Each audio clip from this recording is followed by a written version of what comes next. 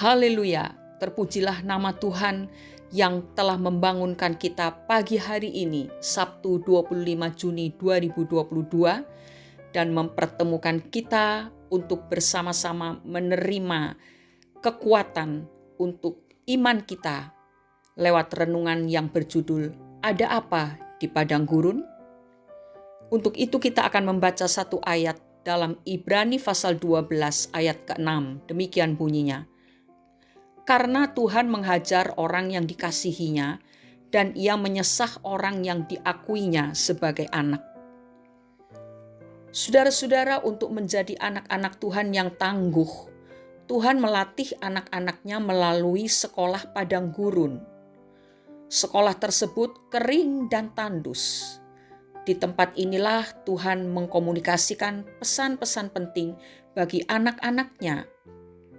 Tuhan membuat kurikulum yang bertujuan untuk membangun karakter anak-anaknya, dan mereka yang benar-benar mampu bertahan mengikuti kurikulum tersebut akan lulus. Apa yang dirasakan dalam sekolah padang gurun adalah keadaan di mana Tuhan seolah-olah sangat jauh dan meninggalkan kita. Daud pernah mengalami hal ini, bahkan Yesus sendiri ketika disalib pernah merasakannya, sehingga ia mengungkapkan itu dalam sebuah seruan, "Allahku, Allahku, mengapa engkau meninggalkan aku?" Di sekolah padang gurun kita akan belajar mengenal dan bergaul dengan ketidakenakan serta kesulitan. Dan kita harus belajar bertahan dalam situasi itu. Musa pernah berada di sana selama 40 tahun. Ulangan 8 ayat 2. Tuhan perlu melakukan itu untuk mengetahui hati kita yang sesungguhnya, juga supaya kita mengenali diri kita dengan baik. Di sekolah padang gurun kita akan berhadapan dengan beberapa hal. Yang pertama, ketidaknyamanan. Padang gurun merupakan tempat yang sangat panas di kala siang dan sangat dingin di saat malam. Pada siang hari yang terik, air menjadi sesuatu yang sangat berharga. Ketika berada di padang gurun, Musa yang dibesarkan di Mesir dalam segala kemewahan kerajaan tentu saja belum terbiasa dan harus menyesuaikan diri dengan lingkungan yang baru. Musa harus mengatasi suasana yang baru dengan cara menjadi bukan siapa-siapa.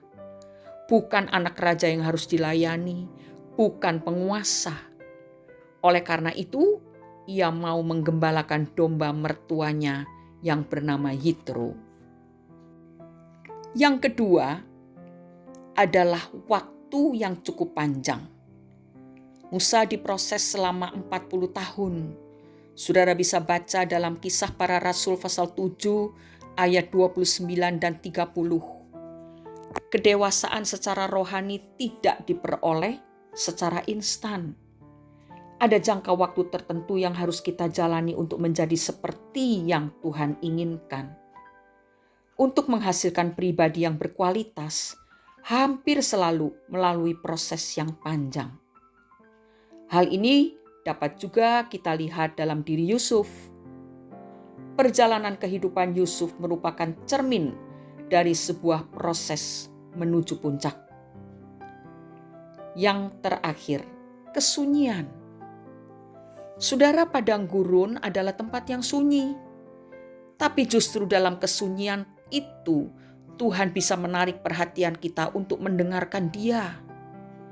Jauh dari kesibukan, jauh dari sanak saudara dan sahabat, akan melatih kepekaan kita untuk mendengar suara Tuhan.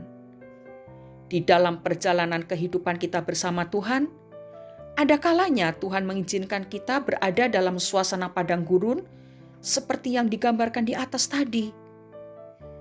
Tetapi semua itu bertujuan untuk melatih kita dan mengikis sifat-sifat yang menghalangi Tuhan untuk memakai kita lebih baik lagi. Saudara-saudaraku, jika saat ini ada di antara saudara yang merasa sedang berada dalam sekolah padang gurun, tetaplah bersabar dan bertekun hingga saudara menjadi pribadi yang benar-benar berkualitas. Mari kita berdoa. Terima kasih Bapa di sorga, untuk setiap kesempatan yang Engkau berikan bagi kami, supaya kami dapat belajar banyak hal yang belum kami pahami dan belum kami lakukan dalam hidup kami. Terima kasih untuk setiap keadaan atau situasi dan kondisi yang Engkau izinkan terjadi dalam hidup kami.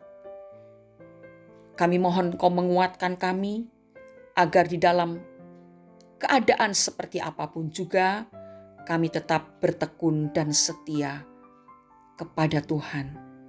Kami tahu segala sesuatu yang Tuhan izinkan itu untuk mendidik kami, supaya kami menjadi pribadi-pribadi yang sangat menyenangkan dan cocok di hati Bapa Surgawi.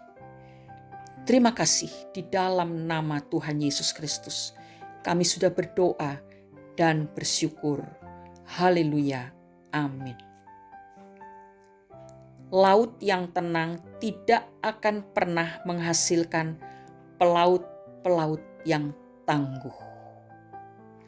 Selamat beraktivitas saudara.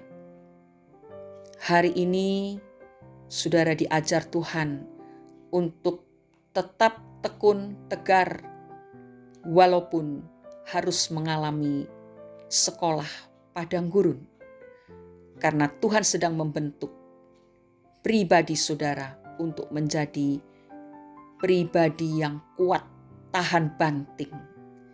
Dan itulah yang disukai oleh Tuhan. Tuhan Yesus memberkati kita semua. Amin.